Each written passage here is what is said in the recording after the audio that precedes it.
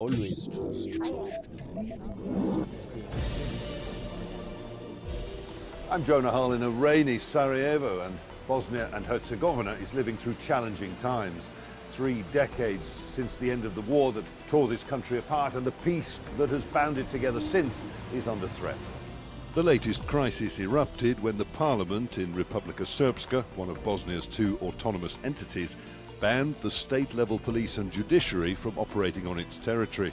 This assault on the country's constitutional order was led by Bosnian Serb leader Milorad Dodik, who has long defied central government and the internationally mandated High Representative. His conviction last month for undermining Bosnia's constitution has deepened the standoff. Instead of backing down, Dodik escalated, urging Bosnian Serbs to withdraw from federal institutions, ignoring national prosecutors and dismissing a prison sentence imposed by Bosnia's top court. It's the latest and, some say, most serious test yet of the 1995 Dayton peace agreement that ended the war but divided Bosnia. 2 autonomous regions under a single complex system, a system now threatened from within. To understand what's at stake, we turn to a man who was at the negotiating table when Dayton was signed. Harisom Silajdžić, wartime Prime Minister of Bosnia and Herzegovina, has long warned of the agreement's flaws. With stability and security at risk, we ask, could the deal that ended Bosnia's war now be coming undone? Harisom Silajdžić talks to Al Jazeera.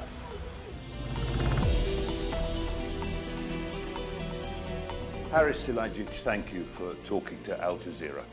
Bosnia today finds itself at this moment in a pretty tense political crisis. Its shared power structures and institutions are being challenged from within by the Bosnian Serb leader Milorad Dodik. How dangerous a moment do you think this is? Well, this is certainly an attack on our institutions. There are dangers, but we've been through wars. And we have survived. This is not just a random case. This is deliberate, planned, and it's the continuation of a very old project from 1840, when the Greater Serbia scenario was first introduced to the public in writing. Greater Serbia meaning that Serbia expands westwards and southwards to Croatia, Bosnia, Kosovo, Macedonia, Montenegro. Well, that brings me to my next question, which is to do with his motivations. Let's be clear, first of all, exactly what Mr. Dodik has done in recent weeks. He's defied the office of the High Representative. Yes. He's been convicted for doing so. That is essentially the most influential individual in Bosnia today, a man named Christian Schmidt, currently legally and internationally mandated. Dodik says the country's laws should not be mandated by an unelected foreigner. He has also signed local laws in Republika Srpska, essentially cancelling the jurisdiction of state-level institutions like the judiciary and the police. What is he trying to achieve? Is this about secession, do you believe, in terms of that Greater Serbia idea? Absolutely. It's about secession. It's been planned. And unfortunately, because of that Greater Serbia idea, which is a very, very bad idea, we had what we had. In Bosnia and Herzegovina, we had the invasion, the aggression. It was that idea that sparked the war in the first place. Absolutely. But it's, you know, it's been perpetuated, it's been organized, it's been propagated for a very, very long time. As you say, it is historic. Is it in any way viable in the present day? Can you see any way in which secession can actually come about, and who might stand in its way? Well, it's one would think that invading countries, grabbing territories, is behind us at this stage and age, because Bosnia has been, for hundreds of years, more than 1,000 years, a country of refuge for all unwanted in Europe, because it's situated between East and West, you see. So we developed, and it is a civilizational effort. It's not easy to do. And we are still developing, we are still trying to defend it.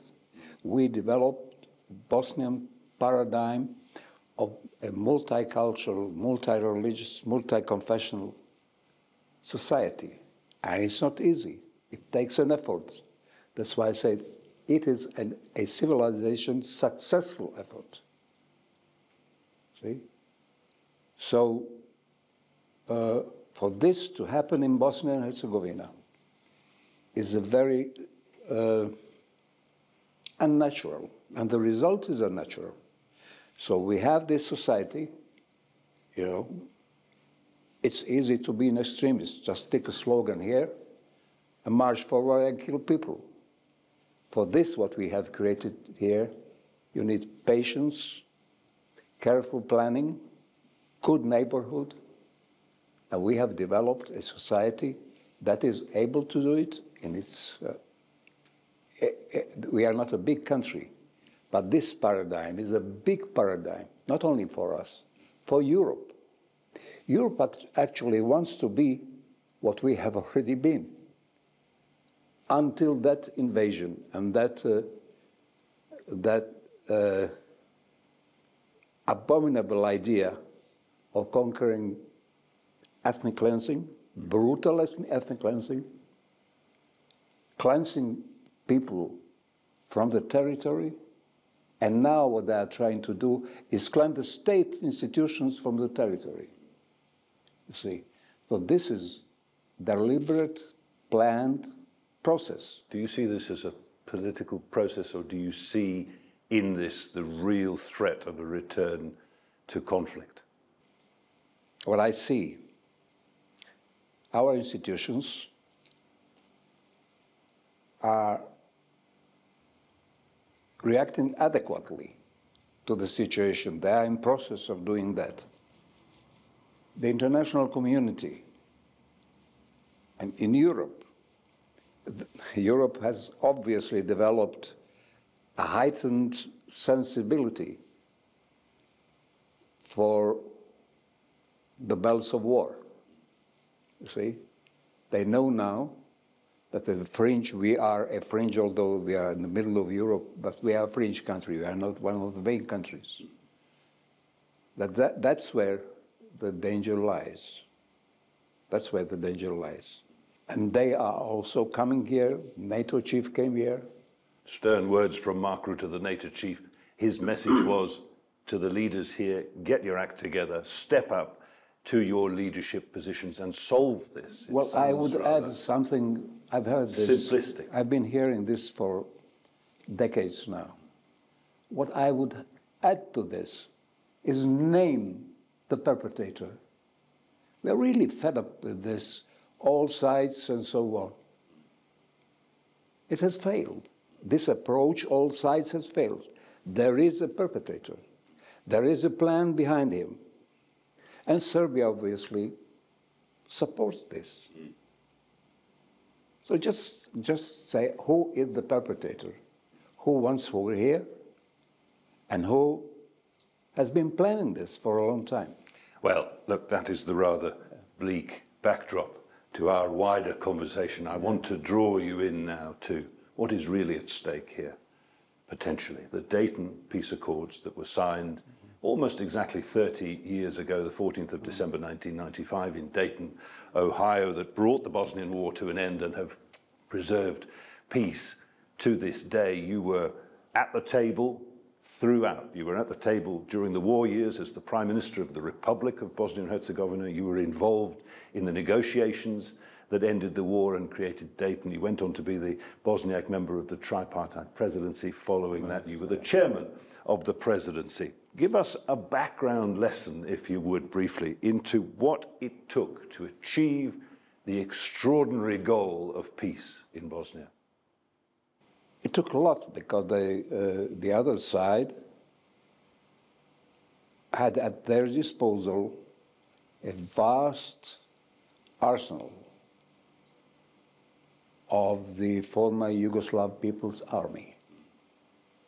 So they thought, and they knew we didn't have much, they would have the upper hand.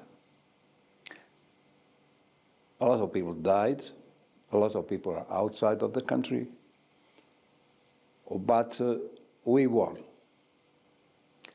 How did we win? Because we were not defeated. We had to smuggle arms into our own country because we had the UN arms embargo on our backs.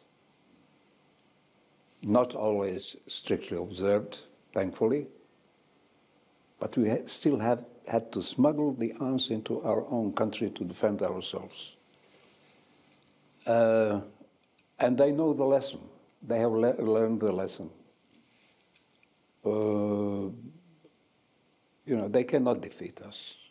What do you consider to have been the greatest achievement in that process towards peace, the formation of the Dayton Peace Accords? What was the most difficult obstacle to overcome? The greatest achievement is the ceasefire. And it's a ceasefire agreement. But that Dayton agreement comprises all the ingredients needed for not a normal, but a state with the protection of all rights, human rights, minority rights, and so on. The problem is we have never implemented that agreement. That's a downside. But the ceasefire was achieved, and that was an achievement of international diplomacy too. I want to talk about the implementation quickly, though. I spoke to a Bosniak war veteran recently who said this: we accepted Dayton, although it was clear that this was, in a way, a reward for the aggressor. We did so because we wanted to preserve Bosnia and Herzegovina within its borders and to end the war. Was it a mistake, do you think, to have given quite so much to the Serb side in this deal? Or did the mistake perhaps come later in failing to prevent the spread of nationalism under the terms of the system that came next? Well, what was the alternative? Most probably, and I'm almost sure that the alternative of not accepting the peace agreement would be a frozen conflict, temporary. And that temporary can last very, very long, as we know. So the frozen conflict would have been detrimental to our interests, I think. The achievement was that Bosnia and Herzegovina remained intact. We became a member, full member of the United Nations, which is a big obstacle for all those who want to destroy Bosnia and Herzegovina. I think lives were saved, but that alternative of frozen conflict was not an alternative that we could accept. The system that came out of Dayton and based on the Dayton Accords, has it stood the test of time, do you think? Do you think it's still the right formula for Bosnia today? No. I think we could get... I personally would accept any constitution from the European Union, Swiss, Belgium, any. This is the product of war, this is prolonged ceasefire. This served its purpose. And I think, if you ask me, I would create a different system of 4 or 5 regions in Bosnia and Herzegovina, natural demography, economy regions that would serve the people of Bosnia and Herzegovina, serve the citizens. This serves some very bad political ideas. This. You see, it's been pretty bogged down in those political ideas because of the system of consensus, because of the veto powers that each side has. You end up with political stalemate. Yeah, but I still think everything is better than war. Better than war. War is horrible. No doubt better than war. Yeah. But a system that many people say is broken, and let's look at why, not just that idea of political stalemate, but also Bosnia is one of the poorest economies in Europe. It has one of the highest unemployment rates, and a lot of the population don't have an enormous amount of faith in their institutions. 69% have no faith in parliament, 71% no faith in the government, 72% in local authorities, 83% in political parties. There's not a lot of faith and confidence in the structures that exist. Naturally so. Naturally so, because there was no reason not to develop as a normal country, except one reason: the perpetrator. They blocked everything. They obstructed everything, including return of refugees. That's Annex 7 of this agreement, including Annex 9, corporations, which would incorporate the economy of Bosnia and Herzegovina. It's been fragmented. So there is a problem. The problem is that people that have a plan to destroy Bosnia and Herzegovina, they removed even the names of Bosnia and Herzegovina from the towns they control. Well, let's explore this idea of constitutional change. To be fair, I think it's not just the obstinacy or the exploitation of the system by the perpetrators that holds Bosnia back. I'll read you something from a report released by the Brussels-based Independent European Policy Centre. They say constitutional reform is absolutely vital, not just to progress on the path to EU membership, but to bring this country into line with simply being a functional democracy. They say this: 30 years after the war, the ultimate authority in the country continues to be a foreign official, not elected by Bosnian citizens. It continues to be governed along sectarian lines. In a country of slightly more than 3 million people, that's about the size of Madrid or Berlin, there are 13 parliaments, 5 presidents, and around 150 ministries. Leaving the perpetrator aside, that is not a recipe for modern-day governing success. Absolutely. I agree. But how can we do it? Well, that's my next question. So constitutional change is vital. It's been attempted several times over the years. It's failed every time, largely because of this system of consensus. Well, how do you do it? Well, if these perpetrators could succeed in blocking us from the European Union and NATO, of course, they could succeed in blocking us here in Bosnia and Herzegovina, especially because our constitution is very complicated, bogging down us. Absolutely. So we have to break some eggs here to make this omelette. Because we've been tiptoeing around, all sides. Please, behave, boys. It's no. It has not worked. It has not worked. Those must be named.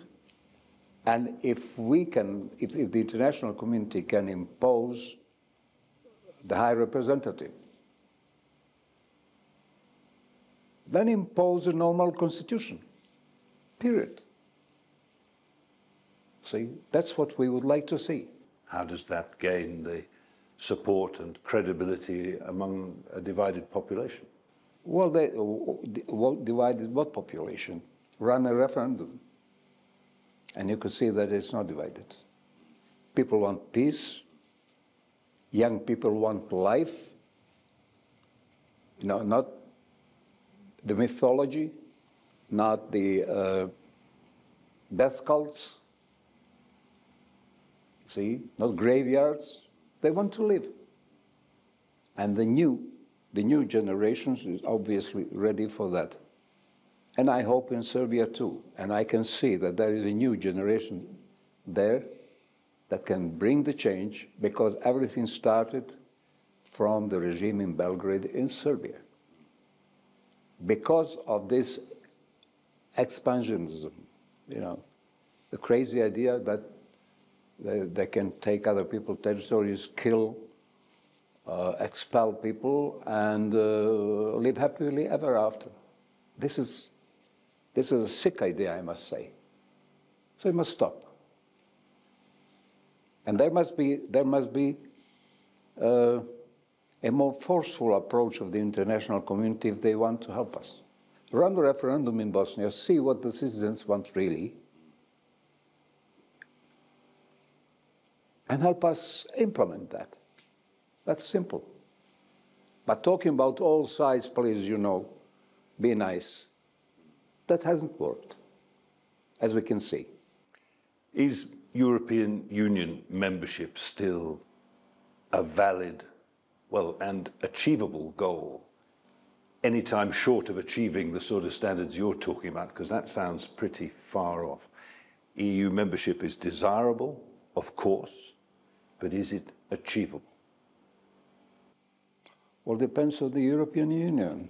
Well, they've already said, haven't they, that constitutionally Bosnia needs reform. Well, they can help us with this constitution because Bosnia deserves that. Bosnia does not deserve this, what we have now. We deserve some attention. We did not create the Berlin Wall.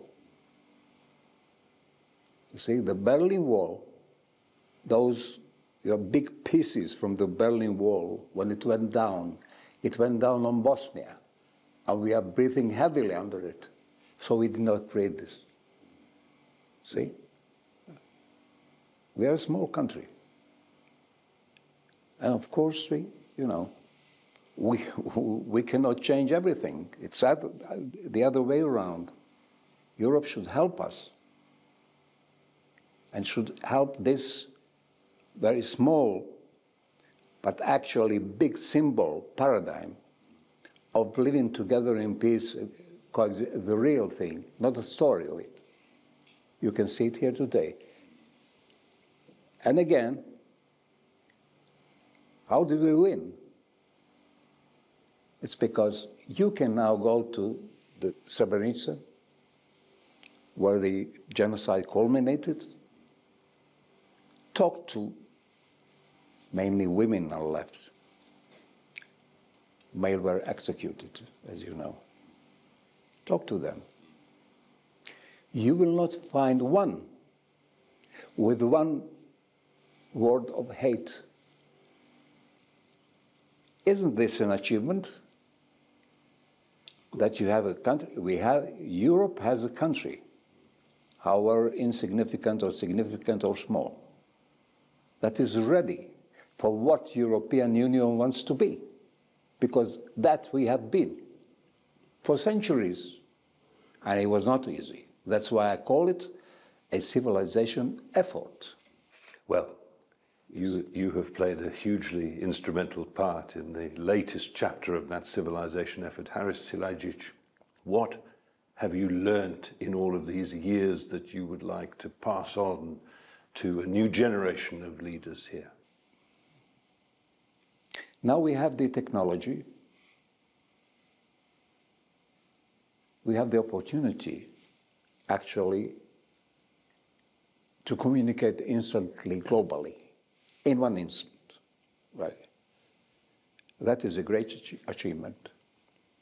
Do we have the content to send? What do we communicate?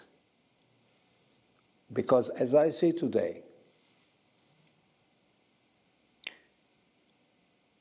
this new power that we have, this new technology, It looks like it's so much ahead of us. People are scared. So they try to go back. They hurry back to their comfortable place of the old and known, only to find it unrecognizable. You see, so we are all in a bad place, and unfortunately it's going to get hard and harder. You see. How can we help us? How can we help this situation here, the global situations?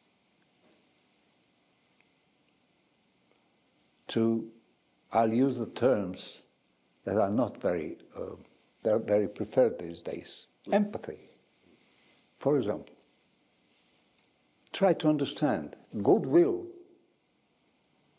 because it's all over the internet. Ill will. It's like an eruption. Something is happening to us, and we must understand that people are very confused, very concerned. But this is our state of mind right now. We don't know where we are. We don't know how to deal with this situation. And we have unprecedented changes at a pace that the human being is not prepared biologically to accept. We don't have time to internalize what's happening to us. And that is a very dangerous situation. We have mental indigestion, if you like. Everything is, flying by us. The new phenomenon, every day, 100, 200, thousands of new phenomenons. People are confused. So let's look at the successful efforts to bring together diverse communities or with some differences. So that's Bosnia. That's the value of Bosnia. Wise words, Harisom Silajdžić. Thank you for talking to Al Jazeera. Thank you for coming here.